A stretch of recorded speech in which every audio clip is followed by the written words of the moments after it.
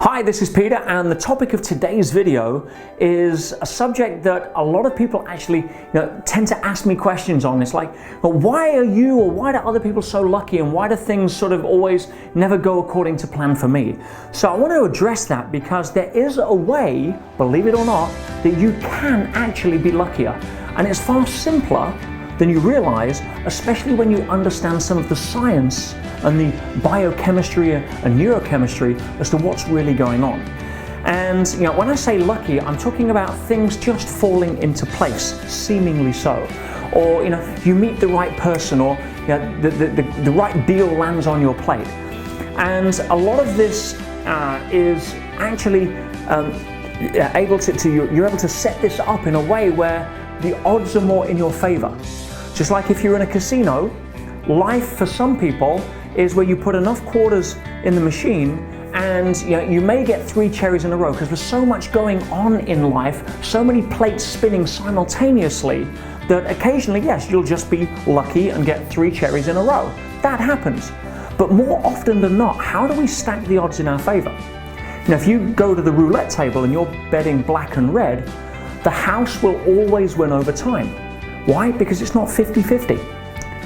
There's also a little green option called zero, which stacks the odds in the house's favor a little bit more than 50%. So mathematically, the house will always win. You may get lucky, but the house will always win over time. So how do you go from being a person spinning the wheel in life, hoping that it's going to land on your color, versus becoming the house, whereby every single time, over time, ultimately things are going to work out in your favor? Well, let me share with you an incredible part of the human anatomy that allows that to happen. It's called the reticular activating system, and it's a part of the brain that has a very specific job to do, and it's usually misunderstood.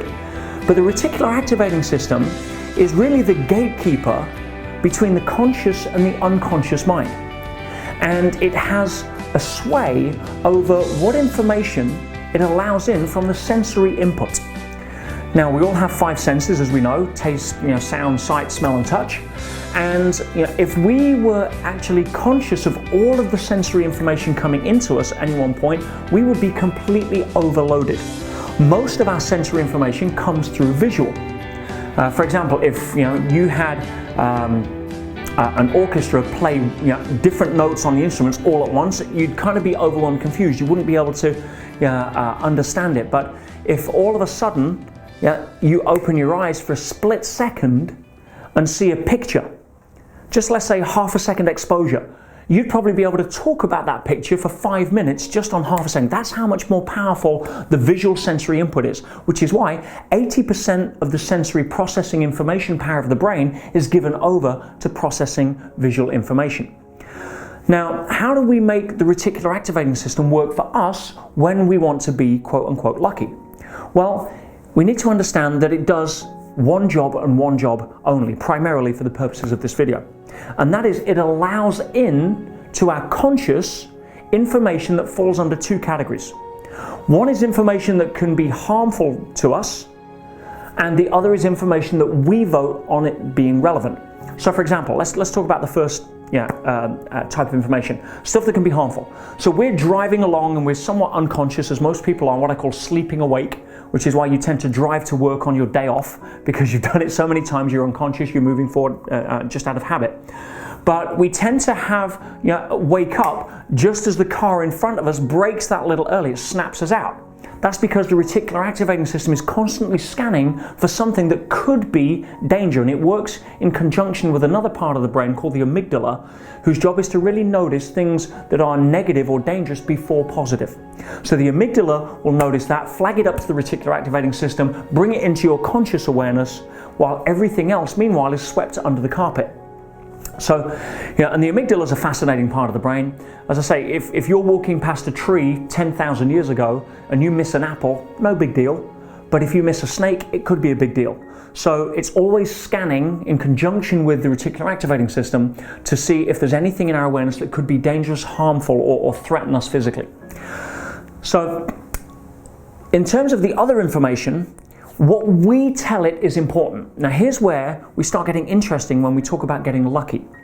See, the reticular activating system will, as a faithful servant, irrespective of the nature of the input, do its job.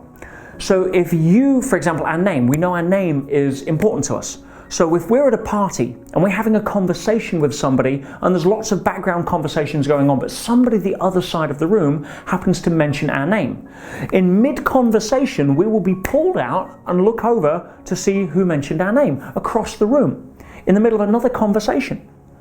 Why is that? It's because the reticular activating system is constantly scanning all of this information and it's deleting, distorting and generalizing 99% of it. Let's say, otherwise we'd be completely overwhelmed. And it's sweeping that under the carpet of our awareness, our conscious awareness, and just flagging up what's important. That's why we didn't hear somebody else's name, but we would hear our name. So if we tell the reticular activating system what is important, it will go and find it in the millions of bytes and bits of information a second that is being processed. So you could walk down the street and completely miss an opportunity because you haven't told the reticular activating system or your brain that it is relevant or important, even though it's looking at millions of pieces of information every second. Give another example. If you have a 6-year-old daughter and she turns around and says, Daddy, Daddy, please, I would love a bike for my birthday, please, that's all I want is a bike. And you're like, okay, honey, and you say to your wife, I've got to get our daughter a bike. And you're driving to work the next day, and all of a sudden you drive past a bike shop and you notice a bike shop on the way to work. Now, it's been there for the last 5 years, every day you've driven to work. You noticed it in your reticular activating system, but because you hadn't told your brain it was important, it swept it under the carpet of awareness and you didn't notice it in your conscious. But now you've said it's relevant, so it pulls it out of all of the information and says, hey, guess what? You think, wow, just the same as if you buy a car and you start seeing that car everywhere on the road. Of course it was there before, and there wasn't a half-price sale on and everybody's bought the same car. No, you've now told your reticular activating system this particular car, make, model, color, what have you, is now more relevant to me in my life, and then out of the hundreds or thousands of cars on the road, whenever it spots one, as it always did, it will flag it up. Yeah? Basic neuroscience. So how do we make that work for us? Well, if it's going to constantly, 24/7, look for all of the information that is out there that's beyond our conscious comprehension or our ability to process consciously, and start scanning, what a great opportunity that is. See, if I turn around and say, right now I'm looking for a business partner. I'm looking for a store to a premises, a vacant premises. I'm looking for a certain kind of property, and you say it's relevant. You're going to start noticing things like that while you're driving along in the process of normal conversations. When you're standing in a lineup at Starbucks, overhearing somebody talk about a business that's relevant to you, because you're telling it it's important. Now, it works both ways. It doesn't really care about the nature of the input. Just like gravity. Gravity doesn't have mood swings. It doesn't care if you're a great person, a nasty person. You step off the roof, you're going down. The reticular activating system works the same way. It doesn't care. If you turn around and say, look, I'm just sick of all the things that are wrong with my partner. I just notice all of her flaws. You're telling your brain to notice that that's relevant. So you're noticing what's wrong.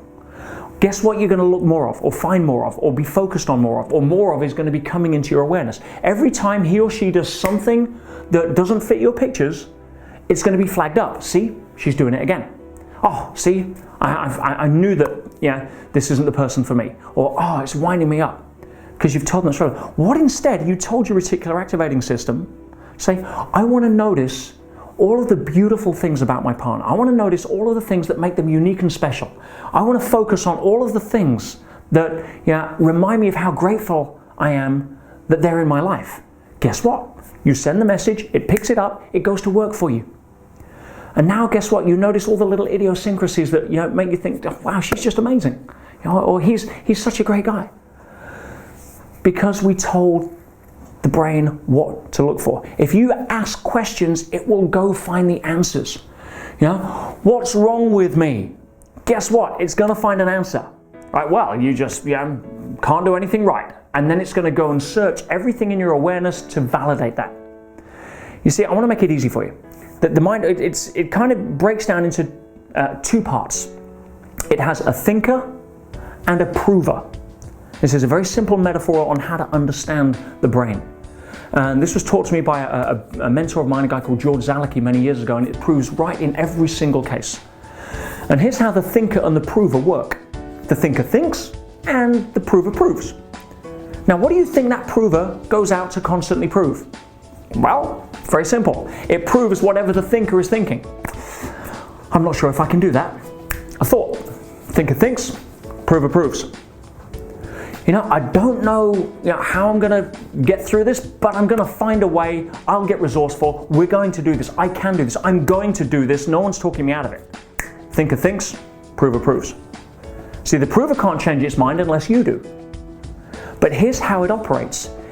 It will take all of that sensory input, and what it will do is it will start to shift the focus to validate and support what the thinker is thinking. So again, just like all of the millions of pieces of information coming in, if the thinker thinks that life sucks, the prover is going to go out and prove that life sucks. And it's almost like having a dark forest in front of you, which is the enormity of life, and you with your conscious mind have a flashlight. And you can focus it on any part of that forest. But the part of the forest that you focus on is what the reticular activating system is pointing it towards based upon what you're telling it to look for. Does it make sense? I think that life is a beautiful gift. Thinker thinks, prover proves. Your flashlight is going to be focused on the part of the forest that says, wow, I'm living in a time in human history that my ancestors have dreamed about. I'm the first generation that's ever had food certainty. There's so much opportunity now that I'm just so blessed to be alive. Or you can say, my life sucks. Thinker thinks, prover proves. You're going to get out of bed in the morning and the first thing you're going to do is, look at why the fact that toothpaste is so expensive and you've ran out, or you've ran out of razor blades, or the hot water didn't come on in time, or the toaster burnt the toast, or whatever it may be. Thinker thinks, prover proves. It's not about circumstances out there happening to us. Everything is happening at once. What do you want to focus your flashlight on? That is a choice. And the great news is that we have a piece of our mind, a piece of our brain that is designed to go to work for us. We just need to be a little more intelligent about how we direct that flashlight in our lives. And if you focus on what's right, you tell it to look for opportunity, you tell it to look for the good qualities in people, you tell it to look for reasons why you can be grateful rather than upset. And your reticular activating system is going to go out and validate that. It will shift the balance of probability. It will take the focus off one part and put it on another part. It'll start to counterbalance or move logic in a way that will justify what the thinker thinks every single time. We have an amazing life waiting for us if we just tell our brain that's what we're looking for. And if we do that, please go try it. You'll find out that life just got a little more luckier. Hey, Peter Sage here. I'm back just to say I hope you enjoyed what you saw on that video, and remember that knowing and not doing is the same as not knowing. So it's about applying what you learn, not just being passively entertained by what you learn. If you like more of what I do, please subscribe to my channel so I can share more of my wisdom and insights with you to make a difference. Please also go to my website at petersage.com. I have a ton of free content for a lot of people there to add more value, and I hope to see you on another video soon.